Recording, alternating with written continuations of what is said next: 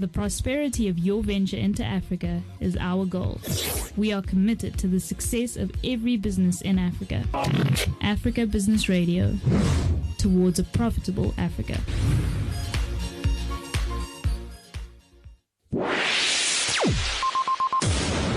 The prosperity of your venture into Africa is our goal. We are committed to the success of every business in Africa. Africa Business Radio, towards a profitable Africa.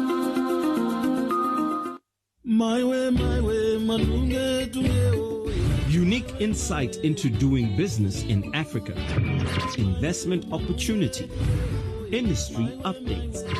Africa Business Radio, towards a profitable Africa.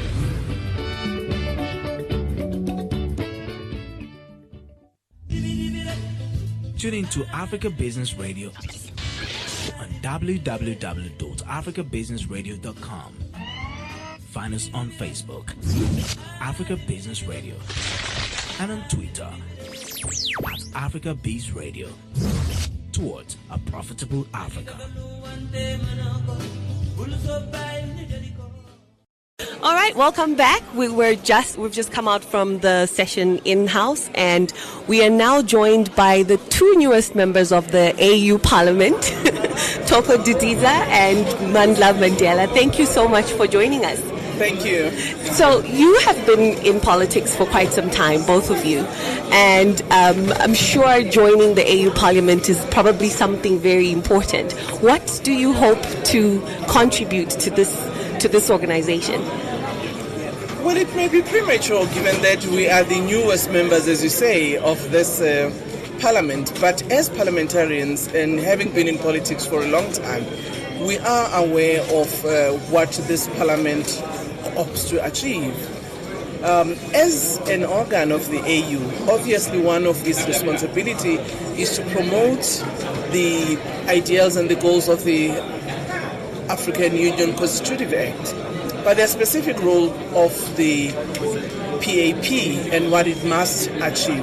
And therefore, we will make our contributions as much as is necessary that those ideals and those objectives are achieved. There has been an issue that has been persistent about the ratification of the Malabo Protocol. Yeah. And I think it is so because that protocol gives the PAP a different framework in terms of its operation so that it becomes a legislative body. Yes. However, as you know, that for that to come into action, about 28 member states of the AU must ratify that protocol. At the moment, the numbers are still very few, if any.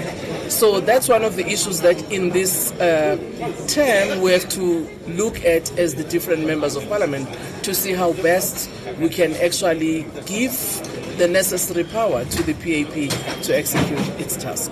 So why is the protocol not getting the numbers that it needs? What's the objection? Well, I haven't had necessarily any objection from any country. Probably it's just that parliaments might be engaged on other issues and therefore they have not reflected very much on the PAP protocol that will actually assist the African Parliament. Yeah. So one of the most... Also, I would say that in terms of every parliament in each country has to look at the PEP protocol as to how it impacts its very own constitution. Yes. So the work is cut out for each and every parliament within each state in Africa to ensure that they thoroughly have a look at what the PEP protocol includes and how it impacts their own constitutions. Yes. In terms of integration, I think Africa, it's long overdue that Africa becomes integrated, and that's one of the goals of the AU Parliament. Where does South Africa stand in terms of integration of the African countries? Well, I'm not sure that Mandel would like to start. Yeah, I'll go on this. I believe that first and foremost, having been an observer in February on the sessions that we had, particularly within the Southern Caucus, I believe that a lot of work still has to be done internally within our caucus on its own, being SADC, to ensure that we have an integrated approach and there's unity in the work that we do. particularly this week when we will be fielding a president and a vice president. We do have 2 strong candidates that we will be assessing in the next couple of days from Zimbabwe and from Botswana. And I hope that process will bring out a unified southern region. But also, as South Africa, we have a greater role to ensure that we build unity within the continent so that Africa speaks as one and we work together in finding solutions for African problems. Yeah. Do you want to add to that? Well, I can add to what Mandla is saying, maybe by just giving practical examples that will show South Africa's interest in integration within the continent. You'd recall that being a founding member of the AU was the first step for us to see ourselves as part of the African continent, but also at a SADC region.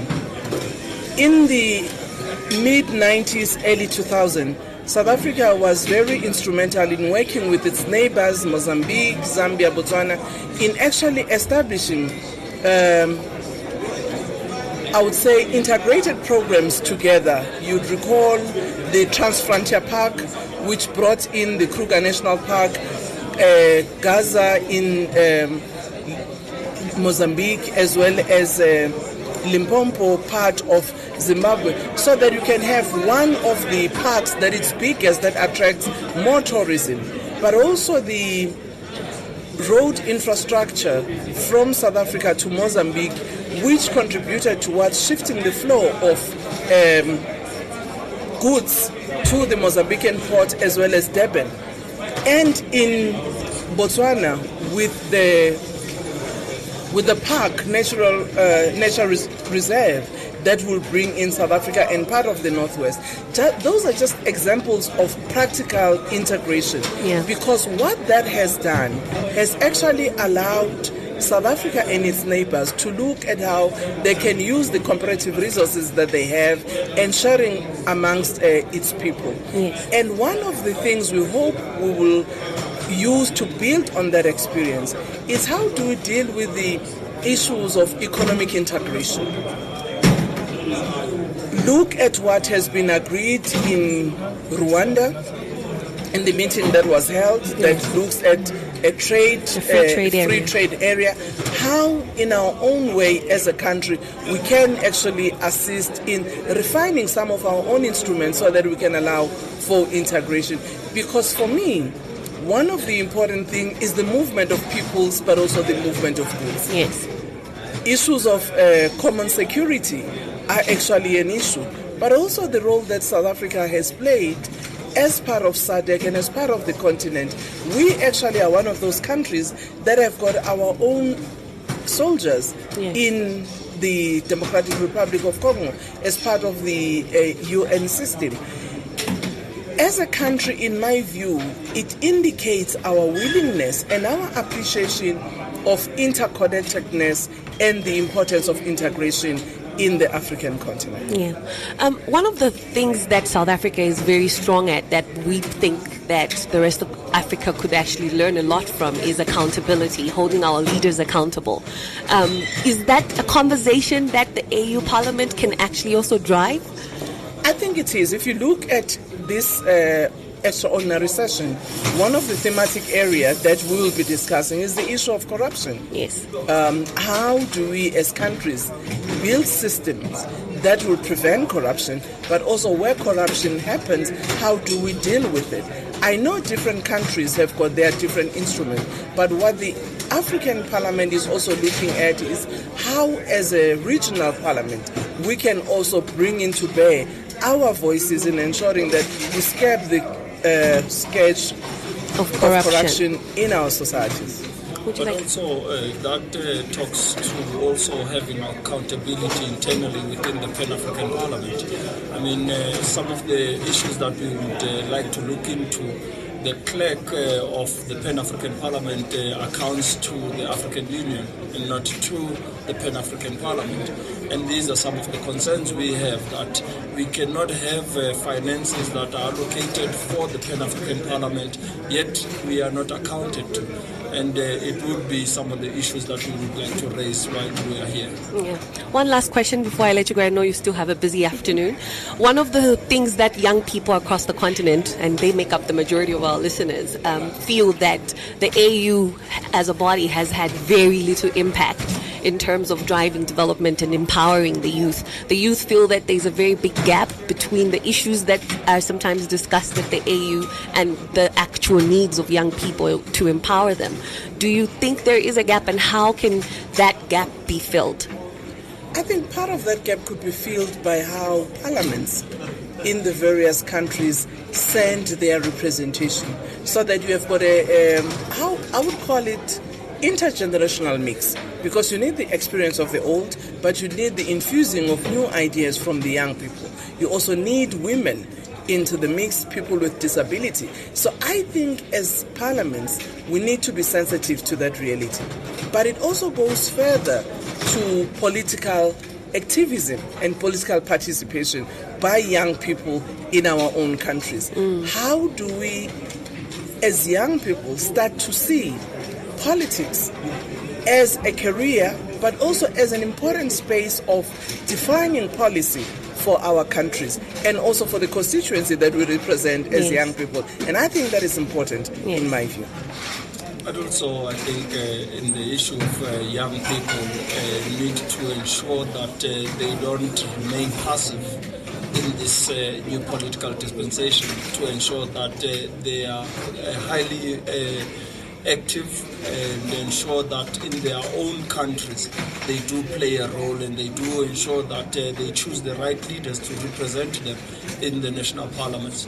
And that is only how you're going to ensure that in August House, like the Pan-African Parliament, you've got youth representation, by ensuring first and foremost that is fully anchored and entrenched in the separate states. So we believe that throughout the continent we need to have young people that are very active and are very hands-on on the development of their countries. Fantastic. Thank you so much for making time for us. We look you. forward to seeing what contribution you're going to make to the Parliament. I also, as my last parting shot, hope that yourselves as the media community, you'll do a lot in educating our citizens, but also profiling the work of the PAP. Because unless people know what is happening, what is discussed, they won't actually see the role and need for such an institution. If one were to take South African situation, everybody now watches 408 because they want to know what are those people discussing about us and about our issues. And I would like to say the same for the PAP, because in that way society can also influence the agenda, they can also influence the discourse. Fantastic. We definitely will be at all the sessions and make sure that we do keep the people informed. Thank you so much. Thank you. All the best. Leadership, business, education, and good governance. What would it take to build a better Africa? Join us on The Agenda on Africa Business Radio, Wednesday, 5 p.m. Central African Time, as we discuss these pillars for building a successful Africa. Africa Business Radio, towards a profitable Africa.